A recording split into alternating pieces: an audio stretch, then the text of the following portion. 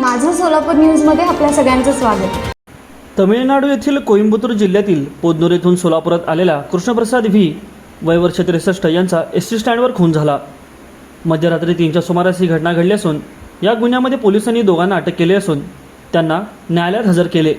कुणाल किसन कांबळे वय वर्ष 21 राहणार रमाबाई आंबेडकर नगर न्यू बुधवारपेठ व अमन सुधाकर जेटी थोर वय वर्ष 21 राहणार आम्रपाली चौक न्यू बुधवारपेठ अशी संशयितांची नावे असून मृत कृष्णप्रसाद व्ही हे सातारा डाय मेकर म्हणून कामास होते। सध्या ते सेवानिवृत्त झाल्याने गावीच राहायला आले होते। पीएफचे काम असल्याने ते साताऱ्याला निघाले होते। हैदराबाद येथे सासरवाडीला राहून रात्री एसटी बसने सोलापूर मार्गे साताऱ्याला निघाले होते।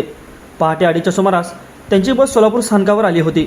बार्शीकडे जाणाऱ्या बसगाड्या ज्या ठिकाणी थांबतात तेथून ते लगेच शंकेसाठी गेले। त्यावेळी तिघांनी त्यांचा पाठलाग केला आणि त्या तिघांनी कृष्णप्रसाद यांच्यावर झटपट केली। पैसे लुटण्याच्या उद्देशाने त्या तिघांनी कृष्णप्रसाद यांचीही झटपट केली। यात जमिनीवर जोरात आदळलेल्या कृष्णप्रसाद यांचा जागीच मृत्यू झाला। बस स्थानकातील फलाट क्रमांक 22 जवळी घटना घडली होती। फौजदार चौडी पोलिसांनी त्यांना बेशुद्ध अवस्थेत सिव्हिल हॉस्पिटलमध्ये दाखल केले होते, परंतु त्यांचा उपचारापूर्वीच मृत्यू झाल्याचे डॉक्टरांनी घोषित केले। या प्रकरणात मयताची मुलगी प्रकृती कृष्णप्रसाद यांनी फौजदार चौडी पोलिसांमध्ये फिर्याद दिली असून त्याविरुद्ध तिघांविरुद्ध खुनाचा गुन्हा दाखल करण्यात आला आहे। वरिष्ठ पोलीस निरीक्षक महादेव राऊत या घटनेचा अधिक तपास करीत आहेत।